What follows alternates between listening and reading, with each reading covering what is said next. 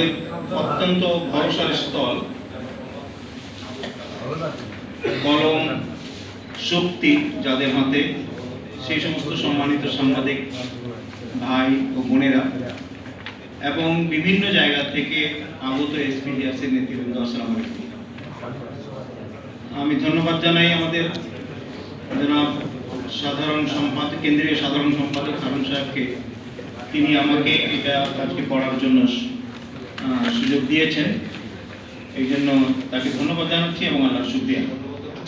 আমি আজকে এই সংবাদ সম্মেলনে লিখিত যে বক্তব্য সেটা পাঠ করছি।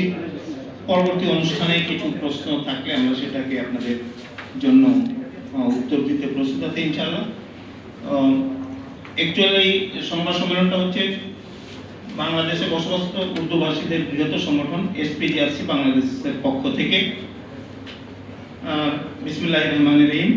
প্রিয় সাংবাদিক ভাই ও বন্ধু ও অধ্যকার সাংবাদিক সম্মেলনে উপস্থিত সারা বাংলাদেশ থেকে আগত উর্দুভাষী প্রাণপ্রিয় সংগঠন এসপিডিআরসি এর সকল নেতৃবৃন্দকে জানাই আসসালামু আলাইকুম। আপনাদের জ্ঞাতার্থে জানাচ্ছি যে 1947 সনে ব্রিটিশ শাসিত ভারত মহাদেশে দ্বিজাতি সৃষ্ট তত্ত্বের ভিত্তিতে উর্দুভাষী মুসলমানদের এই দেশে চলে আসা।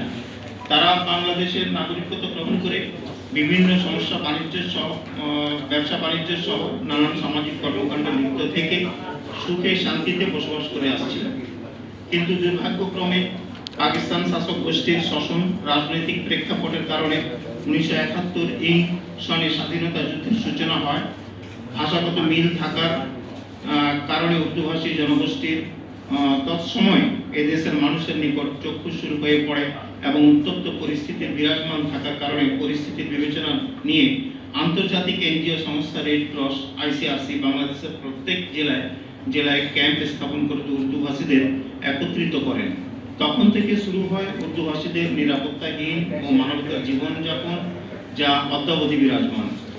প্রিয় সাংবাদিক ভাই বন্ধুরা, উর্দুভাষীদের প্রাণপ্রিয় নেতা এবং এসপিডিআরসি এর প্রতিষ্ঠাতা মরহুম আলহাজ নাসিম খান এই নিরীহ হতভাগ্য জাতির ভাগ্যে উন্নয়নের জন্য তার জীবদ্দশায় তিনি অবিরাম আন্দোলনের মাধ্যমে দেশ বিদেশে উর্দুভাষীদের সমস্যা তুলে ধরেছিলেন।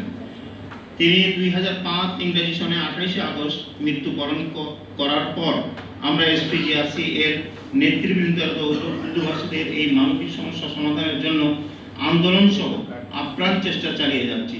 বিগত সময়ে যে সরকারি ক্ষমতায় এসেছে আমরা তাদের নিকট আমাদের সমস্যাটি তুলে ধরেছি এবং বিনয়ের সাথে সমস্যাটি নিরসনের জন্য অনুরোধ করছি। বর্তমান অন্তর্বর্তীকালীন সরকারের মাননীয় প্রধান উপদেষ্টা মহোদয়ের নিকট ও বিষয়ে শতাধিক পত্র প্রেরণ করেছি, কিন্তু অত্যন্ত দুঃখের বিষয় কোনো সুরাহা পাইনি। প্রিয় সাংবাদিক ভাই বন্ধুরা, আপনারা অবগত আছেন যে আগামী ফেব্রুয়ারি 2026 ত্রয়োদশ জাতীয় নির্বাচন অনুষ্ঠিত হতে যাচ্ছে। আমরা অধ্যকার সাংবাদিক সম্মেলন হতে আপনাদের মাধ্যমে সকল বৃহৎ রাজনৈতিক দলের নিকট আহ্বান জানাচ্ছি যে তারা যেন তাদের নির্বাচনী ইস্তেহারে উর্দুভাষীদের বিগত 54 বছরের ঝুলন্ত মানবিক সমস্যাটি সমাধানের বিষয়টি অন্তর্ভুক্ত রাখেন। প্রিয় সাংবাদিক ভাই বন্ধুরা, বর্তমানে মোহাম্মদপুর জেনেভা ক্যাম্প সহ সারা দেশে একটি স্বার্থান্বেষী মহল তাদের স্বার্থ চরিতার্থ করার জন্য প্রতিটি ক্যাম্পকে মাদকের আখড়ায় পরিণত করার অপচেষ্টায় লিপ্ত রয়েছে। আমরা এই সাংবাদিক সম্মেলন হতে সকল আইন প্রয়োগকারী সংস্থার নিকট আকুল আহ্বান জানাচ্ছি যে আপনারা ক্যাম্পকে মাদক ও সন্ত্রাস মুক্ত করার জন্য বিরতিহীনভাবে অভিযান পরিচালনা করেছেন। আমরা ক্যাম্পবাসীদের জানমালের নিরাপত্তার স্বার্থে আপনাদের অভিযানকে আরও বেগবান করার জন্য অনুরোধ জানাচ্ছি।